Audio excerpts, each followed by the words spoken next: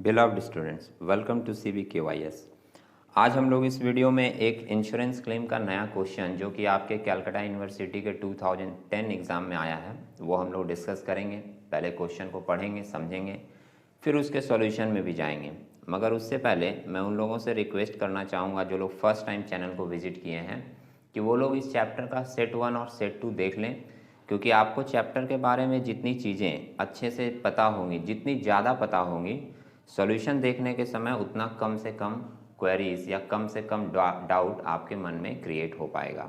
ठीक है, तो सेट 1 सेट 2 में हमने बहुत सी बातें डिस्कस की हैं, वो देखने के बाद आप सेट 2 देखिएगा तो आपको ज़्यादा बेहतर समझ में आएगा। सेट 3 में हम लोग पहले एज यूजुअल क्वेश्चन में जाएंगे, क्वेश्चन को पढ़ेंगे। यहाँ पर सॉल्यूशन दी हुई है, क्वेश्चन आपका स्टार्ट हो रहा है यहाँ से। तो एक बार क्वेश्चन को देखते हैं कि क्या है, इसके बाद सॉल्यूशन में आएंगे। फिगर आप लोग ध्यान में रखिएगा, क्योंकि ज़्यादातर जो फिगर लिए जाते हैं वो क्वेश्चन से ही लिए जाते हैं। एक दो नया कैलकुलेशन आता है सॉल्यूशन में, तो वो हम लोग सॉल्यूशन में देखेंगे। सम्स में मेंशन किया है कि from the following information ascertain the amount of claim to be made to the insurance company for the stock destroyed by fire. Information में डेट ऑफ फायर दिया हुआ है 1/10/2015 को लगा है आग, और आप ये लाइन अब समझ चुके हो, सेट 1 सेट 2 भी आपने देखा है। 1/10/2015 को आग लगी है। हम लोग स्टार्टिंग वाले डेट से, मतलब यहाँ पे आप बी नंबर में देखोगे स्टॉक एट कॉस्ट दिया हुआ है 1 अप्रैल का, तो 1 अप्रैल से लेकर 1 अक्टूबर, 1/4 से लेकर 1/10 तक का हम लोग एक मेमोरेंडम ट्रेडिंग अकाउंट बनाएंगे। ठीक है, 1 अप्रैल का स्टॉक दिया है, मतलब ओपनिंग स्टॉक है। परचेज दिया हुआ है 1 अप्रैल से लेकर 1 अक्टूबर तक का 2,50,000। सेल्स दिया हुआ है आपका 3,60,000। ठीक है, आगे देखते हैं और क्या क्या इन्फॉर्मेशन सम्स में है। यहाँ आगे ई नंबर पॉइंट में मेंशन किया है goods worth ₹20,000 were not received prior to the date of fire though the amount was recorded in the above purchases. मतलब ये बता रहा है कि परचेज में हमारा 20,000 का गुड्स रिकॉर्ड हो गया है डॉक्यूमेंट वाइज, लेकिन वो 20,000 का गुड्स अभी तक हमारे पास आया नहीं है।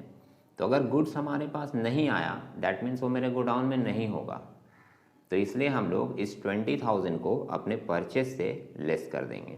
ठीक है, आप देख रहे थे सेट 1 सेट 2 में ज़्यादा एडजस्टमेंट नहीं हो रहा था, लेकिन जैसे जैसे क्वेश्चन आगे बढ़ेगा, सेट आगे बढ़ेगा, आपको एक दो एडजस्टमेंट परचेज के साथ, सेल के साथ, स्टॉक के साथ, इस तरह के एडजस्टमेंट आपको मिलते रहेंगे।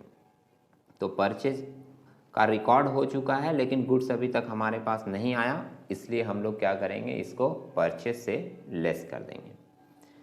नेक्स्ट पॉइंट मेंशन किया है एफ नंबर में, goods costing ₹30,000 were sold to the customer between 1/4/2015 to 1/10/2015। मैंने इस पीरियड में, जिस पीरियड का आप ट्रेडिंग अकाउंट बनाओगे, इस पीरियड में आपने 30,000 के कॉस्ट का गुड्स बेचा है, but the same was not recorded in the books, लेकिन वो बुक्स में रिकॉर्ड नहीं हुआ है। जब आपने सेल कर दिया और गुड्स आपके पास से चला गया, तो आपको वो सेल में रिकॉर्ड भी करना चाहिए। अब जब इसने बुक्स ऑफ अकाउंट में रिकॉर्ड नहीं किया, तो हम लोग क्या करेंगे, उसको सिंपली सेल में रिकॉर्ड कर देंगे, मतलब सेल में और जोड़ देंगे कि इतने का माल हम लोगों ने और बेचा है। मगर एक बात ध्यान रखिएगा जोड़ने के समय कि यहाँ पर लिखा है गुड्स कॉस्टिंग ₹30,000, मतलब ये 30,000 के कॉस्ट का गुड्स था, और जब हम लोग सेल में ऐड करेंगे तो कॉस्ट प्राइस ऐड नहीं करेंगे, सेलिंग प्राइस ऐड करेंगे। और आपको ये बात पता होगी कि कॉस्ट प्राइस में जब प्रॉफिट जोड़ा जाता है तब आता है हमारा सेल प्राइस। समझ रहे हैं? तो जब सेल में ये ऐड होगा तो 30,000 ऐड नहीं होगा, इसमें प्रॉफिट जोड़कर ऐड होगा।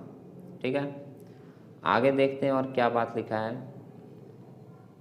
The normal rate of gross profit is 33 1/3% on sale. तो 33 1/3% का मतलब है 33.33333% सेल के ऊपर आप निकालोगे ग्रॉस प्रॉफिट। ठीक है, और लास्ट लाइन लिखा है स्टॉक साल्वेज ₹3,000। साल्वेज का मतलब मैंने बताया था गुड्स सेव कर लिया है, तो सेविंग हो गई है 3,000 की। ये हम लोग स्टेटमेंट ऑफ क्लेम या स्टेटमेंट ऑफ लॉस में दिखाते हैं।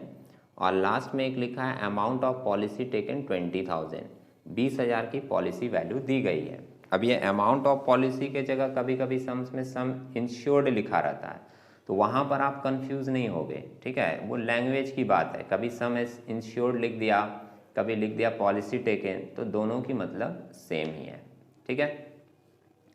तो अब हम लोग देखते हैं, सबसे पहले इन द बुक्स ऑफ आप लिख दीजिएगा, जिस व्यक्ति का बिजनेस है उसका नाम।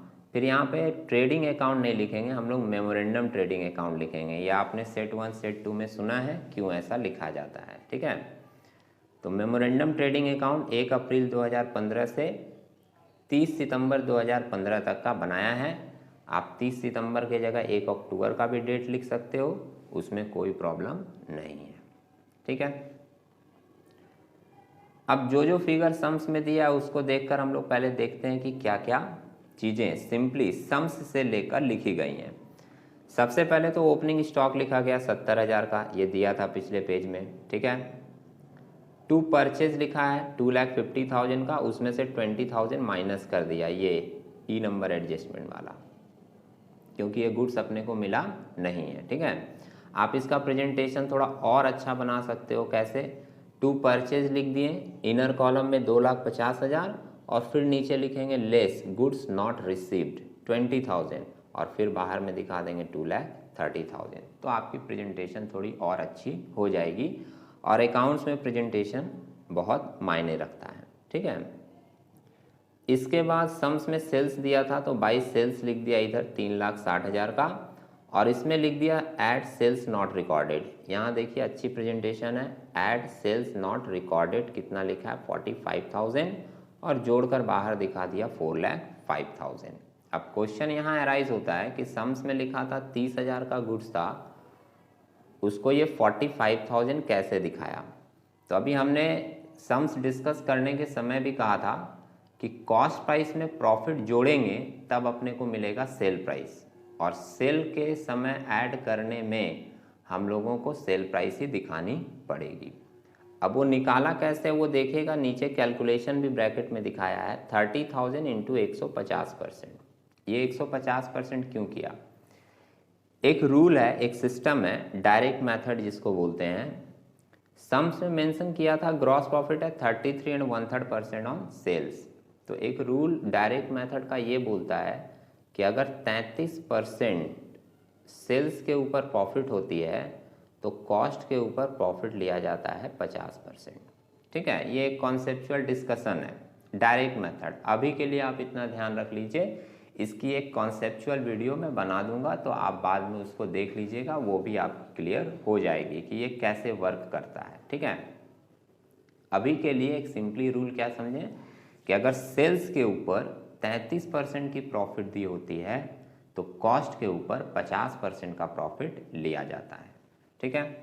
तो अगर मान लीजिए 100 रुपये का आपका कॉस्ट प्राइस है और 50 रुपये आप उस पर प्रॉफिट लोगे, तो आपका सेलिंग प्राइस कितना हो जाएगा 150। इसलिए इसने क्या किया कि 30,000 का जो कॉस्ट था उस 30,000 को मान लिया कि ये 100% है, तो 30,000 का 150% डायरेक्ट निकाल दिया और वो वैल्यू आ गई कितनी 45,000, ठीक है। या आप ऐसे भी सोच सकते हो कि 30,000 का कॉस्ट है, 50% कॉस्ट के ऊपर प्रॉफिट होगा एज पर रूल, तो 30,000 का 50% आप कैलकुलेटर में निकाल के देख लीजिए, आएगा 15,000। अब 30,000 का कॉस्ट और 15,000 का प्रॉफिट जोड़ेंगे तो कितना आ जाएगा सेल 45,000, जो कि इसने यहाँ पर ऐड किया है, ठीक है। और आप देखिएगा वर्किंग नोट नीचे में एक लाइन लिख भी दी है, gross profit 33% on sale means 50% on cost. इसका एक पूरा कॉन्सेप्चुअल वीडियो मैं बनाऊंगा, कभी आप देख लीजिएगा, इन फ्यूचर वो आपको देखने को मिल जाएगा, जहां आपकी पूरी कॉन्सेप्ट इसके ऊपर क्लियर हो जाएगी। अब आगे आते हैं, तो सेल अपने को मिल गया 4,05,000 का, और सम्स में दिया था कि सेल के ऊपर 33% प्रॉफिट लेनी है, तो इधर ग्रॉस प्रॉफिट अपने ले लिए 4,05,000 इंटू 33 एंड 1/3%, 33.3333% करोगे तो आपको प्रॉफिट मिल जाएगी 1,35,000 की। अब अगर ये सारी फिगर हम लोग सम्स के लेकर दिखा दिए तो सिंपली डेबिट साइड वाला सारा ऐड कर रहे हैं, 4,35,000 ऐड करके आ रहा है, उसमें से 4,05,000 आप माइनस कर दोगे सेल्स वाली फिगर, तो आपको बैलेंस मिल जाएगा क्लोजिंग स्टॉक का कितना, 30,000। ठीक है, ये जो क्लोजिंग स्टॉक मिला इसी को हम लोग बोलते हैं stock at the date of fire, कि जिस दिन गोडाउन में आग लगा उस दिन हमारे पास 30,000 का स्टॉक था। अब नीचे हम लोग एक स्टेटमेंट ऑफ क्लेम बनाते हैं। स्टेटमेंट ऑफ क्लेम में सबसे पहले लिखते हैं stock at the date of fire 30,000 की, उसमें से लेस करते हैं कि कितने का माल हमने बचाया। तो सम्स में लिखा था हमने 3,000 का गुड्स सेव किया, साल्वेज वैल्यू यहाँ सम्स में मेंशन किया, वो 3,000 माइनस करके एक्चुअल लॉस कितने का निकला है, 27,000 का। ठीक है, इसको हम लोग बोल रहे हैं लॉस बाय फायर। इसके बाद हम लोग एक सिस्टम अप्लाई करते हैं इंश्योरेंस कंपनी का जिसको बोलते हैं एवरेज क्लॉज। इसके बारे में मैंने डिटेल में लास्ट वीडियो में बताया था। तो एवरेज क्लॉज कब अप्लाई करते हैं, जब आपका स्टॉक ज़्यादा हो और इंश्योरेंस का पॉलिसी कम का करवाया हुआ हो। आप देख रहे हो आपको स्टॉक निकला है 30,000 का और आपने पॉलिसी कराया, यहाँ सम्स में दिया था 20,000 का। कम पॉलिसी कराए हैं, स्टॉक ज़्यादा रखते हैं, तो इंश्योरेंस कंपनी वो सिस्टम अप्लाई करेगी जिसको वो नाम देती है एवरेज क्लॉज। और वो एवरेज क्लॉज अप्लाई करके उसका फॉर्मूला पुट किया जाता है और फिर जो फिगर आपको मिलती है उसको हम लोग नाम देते हैं अमाउंट ऑफ क्लेम, कि इतने का क्लेम आपको मिलेगा। फॉर्मूला क्या है, स्टेटमेंट पूरा नीचे लिखा है, value of stock held at the time of fire is 30,000 but the policy value is 20,000, so there is under insurance and the amount of claim is to be determined by applying average clause. और वो फिर ये formula average clause वाला apply कर रहा है। Formula क्या है, actual loss into amount of policy divided by value of stock held. Actual loss यहाँ निकला 27,000 का दिख रहा है, पॉलिसी वैल्यू है 20,000 की और डिवाइडेड बाय स्टॉक हेल्ड आपका निकला था 30,000 का। इसको सॉल्व करके आपको वैल्यू मिल गई 18,000 की। तो आपका लॉस हुआ है 27,000, लेकिन आपको क्लेम के रूप में मिलेगा कितना, 18,000, क्योंकि आपने पॉलिसी कम का करवाया था। ठीक है, अब इसमें कुछ स्टूडेंट्स को कभी कभी कन्फ्यूजन हो जाता है, ये फॉर्मूला को आगे पीछे करके लिख देता है। तो आप एक चीज़ समझिएगा, वर्ड अगर थोड़ा सा बदल दे तो उसमें कोई कन्फ्यूजन की बात नहीं है। अरेंजमेंट सेम होना चाहिए, आपका अल्टीमेटली फाइनल रिजल्ट सेम होना चाहिए। अब अगर मान लीजिए अमाउंट ऑफ पॉलिसी इधर लिख दिया और एक्चुअल लॉस इधर लिख दिया तो उसमें कोई कन्फ्यूजन की बात नहीं है। ठीक है, या फिर total value of stock held, यहाँ जो अमाउंट ऑफ पॉलिसी से डिवाइड किया है total value of stock held, ये total value of stock held अगर इसके नीचे डिवाइड कर दे एक्चुअल लॉस के नीचे तो भी कन्फ्यूजन की कोई बात नहीं है। वो चीज़ों को जिस तरह से भी सजाए, बस हमारा फाइनल रिजल्ट इम्पैक्ट नहीं होना चाहिए। ठीक है, तो उम्मीद है आपको आज की कैलकुलेशन समझ में आई होगी। नेक्स्ट वीडियो में हम लोग एक नए ईयर के क्वेश्चन के साथ मिलेंगे, तब तक के लिए टेक केयर।